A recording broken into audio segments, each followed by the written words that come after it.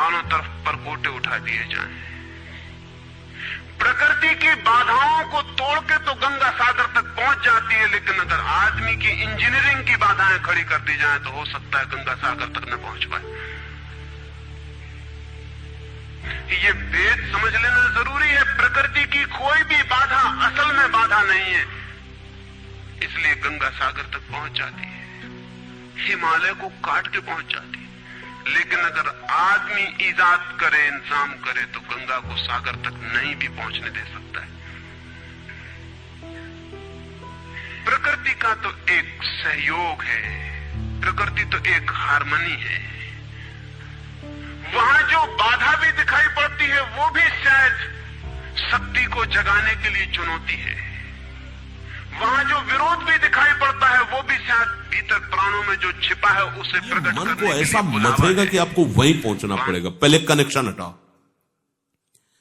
कहीं भी इसके लिए व्यवस्था नहीं होनी चाहिए। आपको अनुभूत बात बता रहे हैं, कोई बाधा नहीं, इसके लिए व्यवस्था नहीं होनी चाहिए। हम बीज को दबाते हैं जमीन में, दिखाई पड़ता है कि जमीन की एक परत बीज के ऊपर पड़ी है, बाधा दे रही, लेकिन वो बाधा नहीं दे रही। अगर वो परत ना होगी तो बीज अंकुरित भी नहीं हो पाएगा। ऐसे दिखाई पड़ता है कि एक परत जमीन की बीज को नीचे दबा रही है, लेकिन वो परत दबा इसलिए रही है ताकि बीज दबे, गले और टूट जाए और अंकुर बन जाए। ऊपर से दिखाई पड़ता है वो जमीन बाधा दे रही, लेकिन वो जमीन मित्र है और सहयोग कर रही बीज को प्रकट करने में। प्रकृति तो एक हार्मनी है, एक संगीतपूर्ण लयबद्धता है, लेकिन आदमी ने जो जो निसर्ग के ऊपर इंजीनियरिंग की है, जो जो उसने अपने यांत्रिक धारणाओं को ठोकने की और बिठाने की कोशिश की है, उससे गंगाएं रुक गई हैं, जगह जगह अवरुद्ध हो गई। इसमें काम का स्फुरण होता है। ऐसे स्फुरण हुआ, शांत हो गया, क्योंकि उसके लिए कोई भी बढ़ावे वाली वस्तु नहीं रह गई। न स्वयं में क्रिया है, न कोई संयोग का विधान है। तो ऐसे स्फुरण हुआ, खान पान या किसी जरा सा क्रम बिगड़ गया, ऐसे स्फुरण हुआ, फिर शांत। किसी बीज को दोष देने की जरूरत नहीं है। अगर वो पौधा न बन पाए तो हम कहेंगे कि जमीन नहीं मिली होगी, ठीक, पानी नहीं मिला होगा, ठीक, सूरज की रोशनी नहीं मिली होगी, ठीक, लेकिन आदमी के जीवन में खिल न पाए फूल प्रेम का तो हम कहते हैं तुम हो जिम्मेवार। और कोई नहीं कहता कि भूमि ना मिली होगी, ठीक, पानी ना मिला होगा, ठीक, सूरज की रोशनी ना मिली होगी, ठीक, इसलिए यह आदमी का पौधा अवरुद्ध रह गया, विकसित नहीं हो पाया, फूल तक नहीं पहुंच पाया। मैं आपसे कहना चाहता हूं कि बुनियादी बाधाएं आदमी ने खड़ी की हैं। प्रेम की गंगा तो बह सकती है और परमात्मा के सागर तक पहुंच सकती है। आदमी बना उसलिए है कि वो बहे और प्रेम बहे और परमात्मा तक पहुंच जाए, लेकिन हमने कौन सी बाधाएं खड़ी कर दी? पहली बात,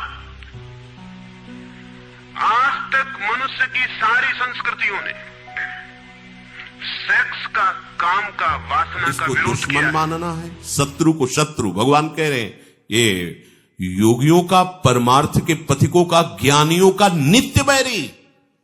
ये नित्य बैरी भगवान ने कहा है, ये ऐसा वैसा दुश्मन नहीं है।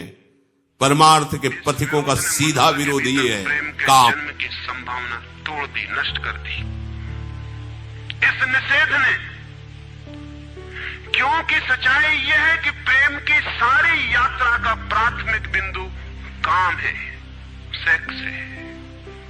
प्रेम की यात्रा का जन्म गंगोत्री, जहां से गंगा पैदा होगी प्रेम की, वो सेक्स है, वो काम है। और उसके सब दुश्मन है, सारी संस्कृतियां और सारे धर्म और सारे गुरु और सारे महात्मा। तो गंगोत्री पर ही चोट कर दी, वहीं रोक दिया। पाप है काम, अधम है काम, जहर है काम। और हमने सोचा भी नहीं कि काम की ऊर्जा ही, सेक्स एनर्जी ही अंततः प्रेम में परिवर्तित होती और रूपांतरित होती। प्रेम का जो विकास है वो काम की शक्ति का ही ट्रांसफॉर्मेशन है, वो उसी का संयोग का तो रूपांतरण। कई किलोमीटर पैदल चलवा देगा, कुछ भी न जाने कितने बहाने, न जाने कितने नाटक ये करेगा। बिल्कुल बिल्कुल आप ये समझ लीजिए कि वो हम वाणी से नहीं कह सकते। ये भगवान व्यास देव जी कह रहे हैं, बलवान इंद्री ग्रामो विद्वानमपि करसति। और आपको ख्याल भी नहीं आएगा कि कोयला ही रूपांतरित होकर हीरा बन जाता है। हीरे और कोयले में बुनियादी रूप से कोई भी फर्क नहीं है। हीरे में भी वही तत्व हैं जो कोयले में, और कोयला हजारों वर्ष की प्रक्रिया से गुजर के हीरा बन जाता है। लेकिन कोयले की कोई कीमत नहीं है। उसे कोई घर में रखता भी है तो ऐसी जगह जहां दिखाई न पड़े, और हीरे को लोग छातियों पे लटका के घूमते हैं कि वो दिखाई पड़े। और हीरा और कोयला एक ही है, लेकिन कोई दिखाई नहीं पड़ता कि इन दोनों के बीच अंतर संबंध है, एक यात्रा है। कोयले की शक्ति ही हीरा बनती है। और अगर आप कोयले के दुश्मन हो गए, जो कि हो जाना बिल्कुल आसान है क्योंकि कोयले में कुछ भी नहीं दिखाई पड़ता, तो हीरे के पैदा होने की संभावना भी समाप्त हो गई, क्योंकि कोयला ही हीरा बन सकता था। सेक्स की शक्ति ही, काम की शक्ति ही प्रेम बनती है, लेकिन उसके विरोध में सारे दुश्मन हैं उसके। अच्छे आदमी उसके दुश्मन। भगवद आश्रित है। भगवद आश्रय नहीं, फिर शहना तो बड़े बड़ों को ये अपने आकर्षण में घसीट लेता है। पहली बात, इसको दुश्मन मानना है, शत्रु को शत्रु। भगवान कह रहे हैं ये योगियों का, परमार्थ के पथिकों का, ज्ञानियों का प्रेम के अंकुर भी नहीं फूटने दिए, और जमीन से प्रथम से पहली सीढ़ी से नष्ट कर दिया पवन को।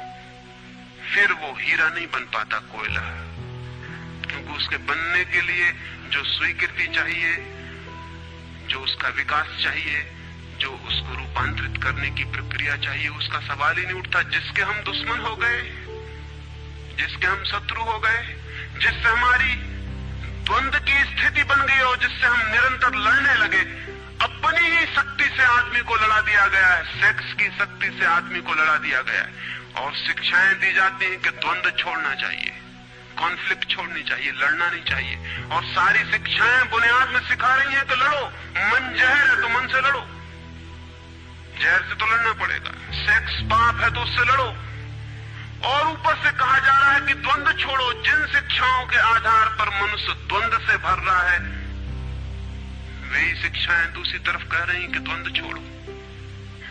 एक तरफ आदमी को पागल बनाओ और दूसरी तरफ पागल खाने खोलो कि उनका इलाज करना है। एक तरफ कीटाणु फैलाओ बीमारियों के, और फिर अस्पताल खोलो कि बीमारियों का इलाज यहां किया जाता है।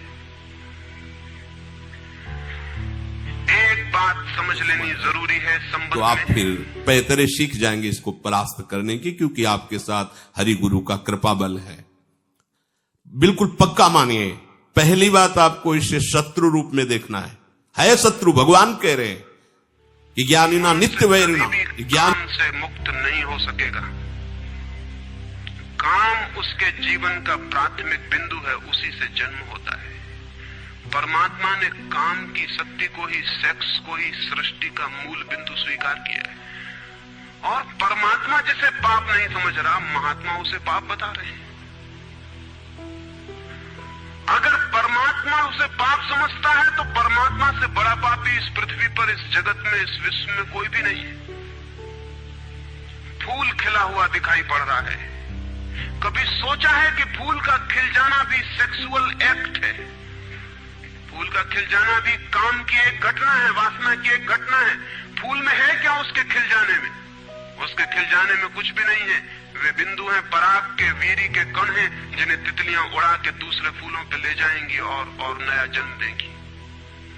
एक मोर नाच रहा है और कवि गीत गा रहे हैं, और संत भी देख के प्रसन्न होंगे, लेकिन उन्हें ख्याल नहीं कि नृत्य एक सेक्सुअल एक्ट है। मोर पुकार रहा है अपनी प्रेयसी को या अपने प्रेमी को, वो नृत्य किसी को रिझाने के लिए। पपीहा गीत गा रहा है, कोयल बोल रही है। एक आदमी जवान हो गया है, एक युवती सुंदर होकर विकसित हो गई है। वो सब की सब सेक्सुअल एनर्जी की अभिव्यक्तियां हैं। वो सब का सब काम का ही रूपांतरण है। वो सब का सब काम की ही अभिव्यक्ति, काम की ही अभिव्यंजना है। सारा जीवन, सारी अभिव्यक्ति, सारी फ्लावरिंग काम की है। और उस तीसरी बात, अपने द्वारा अपना नाश मत कीजिए। दूसरा कोई शरीर का संयोग तो आपका नहीं है, पर आपने ऐसी कुचेष्टाएं सीख रखी है कि आप काम का स्वागत करते हैं। बहुत बड़ी हानि है। उस काम के खिलाफ संस्कृति और धर्म आदमी के मन में जहर डाल रहे हैं, उससे लड़ाने की कोशिश कर रहे हैं। मौलिक शक्ति से मनुष्य को उलझा दिया है लड़ने के लिए, इसलिए मनुष्य दीनहीन, प्रेम से रिक्त और थोथा और नाकुछ हो गया है। काम से लड़ना नहीं है, काम के साथ मैत्री स्थापित करनी है और काम की धारा को और ऊंचाइयों तक ले जाना है। किसी ऋषि ने किसी वधू को 9 वर और वधू को आशीर्वाद देते हुए कहा था कि तेरे 10 पुत्र पैदा हों और अंततः तेरा पति तेरा 11वां पुत्र हो जाए।